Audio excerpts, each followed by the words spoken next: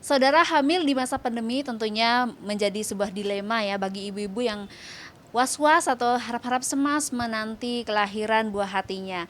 Nah, saat ini saya sedang berada di BKKBN Provinsi Bali dan kita akan menanyakan langsung seperti apa seharusnya para ibu-ibu yang tengah hamil menghadapi kehamilannya di tengah pandemi COVID-19 ini. Dan saat ini sudah ada Kepala BKKBN Provinsi Bali, Bapak Agus Putro Proklamasi di sebelah saya. Kita langsung saja tanyakan. Selamat pagi Pak Agus. Pagi, Mbak Welen, ya. Pak, saat ini lumayan banyak begitu Pak ya ibu-ibu hamil di Bali di masa pandemi ini. Sebenarnya seperti apa mereka harusnya menyikapi kehamilannya Pak di masa pandemi ini? Terima kasih. Jadi himbauan saya tentunya tadinya pada masa pandemi COVID agar tunda dulu kehamilan. Namun kita tidak bisa begitu saja melarang karena himbauan sifatnya. Namun ada Krama Bali tentunya para pasangan usia subur terjadi kehamilan. Tapi dari data yang ada dibanding dengan data bulan April, Mei, Juni sudah ada penurunan orang ibu hamil. Sehingga harapannya seperti tadi sampaikan bahwa apabila sudah terjadi kehamilan kita tidak boleh melarang loh, tetapi harus protokol kesehatan harus dilakukan, diikuti. Contohnya pada saat kunjungan 1 sampai kunjungan keempat itu tidak bisa secara langsung bertemu dengan para dokter maupun bidan, tentu ada perjanjian karena tidak bisa lagi berkumpul bersama-sama. Kemudian setelah dilakukan kontrol K1, K2, ibu-ibu yang hamil itu ya harus segera pulang. Tidak boleh lagi bergerombol di vaskes atau di puskesmas atau tempat-tempat pelayanan bidan mandiri untuk kontrol. Itu tahapan-tahapan tentang pandemi COVID-19.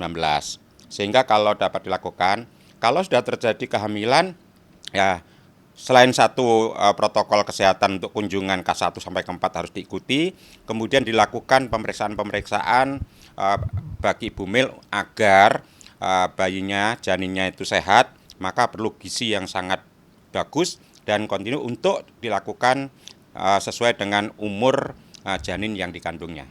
Ya. Pak, berdasarkan data tadi Bapak sampaikan memang saat ini sudah ada penurunan jumlah ibu-ibu yang hamil begitu ya. Nah, tapi bagaimana bagi orang-orang atau pasangan yang baru selesai menikah dan ingin segera memiliki momongan Pak di tengah pandemi ini? Tadi Bapak katakan harus menunda dulu. Nah, seperti apa Pak? Sebenarnya kami ini himbauan. Ya. Kalau hamil di masa pandemi, selain hal yang tadi sudah saya sampaikan, protokol kesehatan COVID-19 sudah harus diikuti.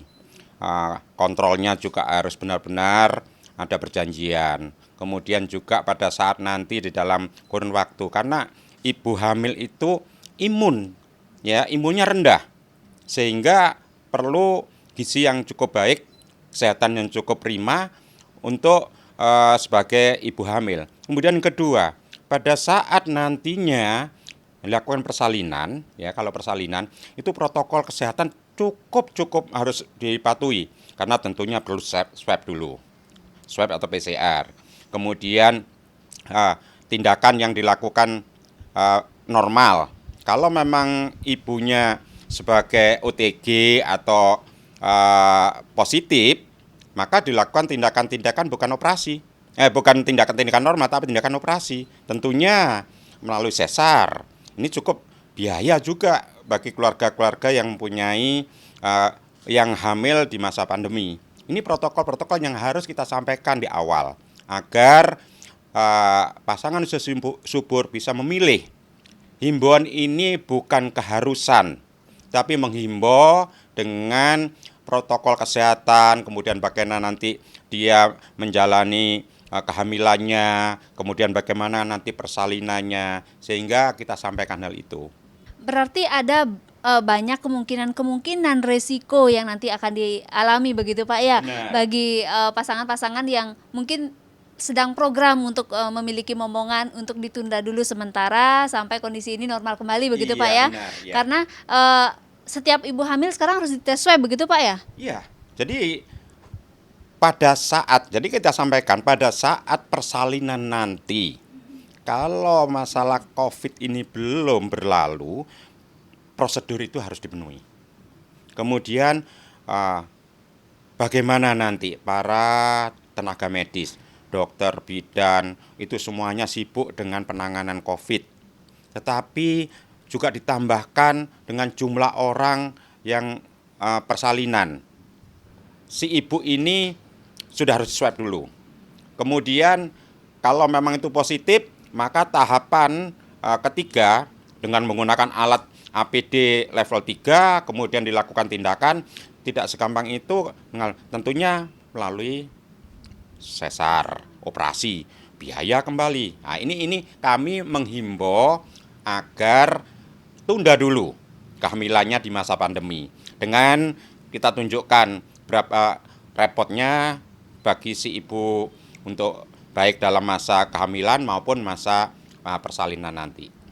Pak, kalau misalnya si ibu sudah terinfeksi COVID-19, apakah janin yang ada dalam kandungannya juga positif, Pak? Atau Janin tidak berkaitan dengan ibu positif. Ya, tetapi pada saat tahapan persalinan tentunya dilakukan tindakan operasi. Maka di situ kecenderungan akan. Tapi kalau si janin dalam kandungan tidak ada berkaitan dengan ibu yang positif.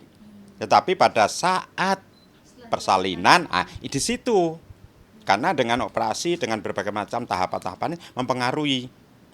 Ya memang kita saat ini belum nanti kalau masalah pandemi kan dimulai bulan Maret, April.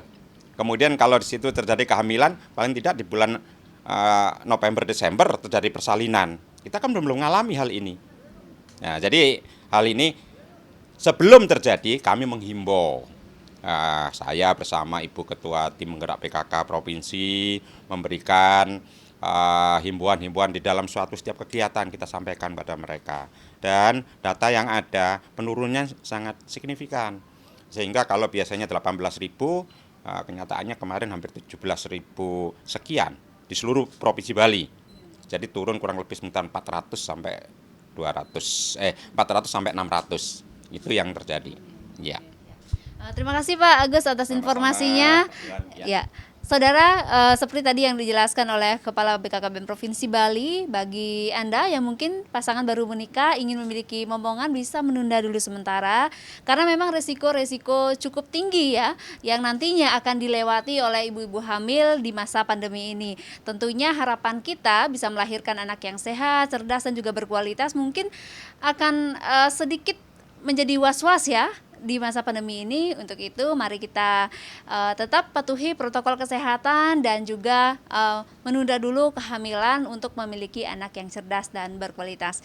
Saya Ulantari, Sang Putu Ariasa, Kompas TV, Denpasar, Bali.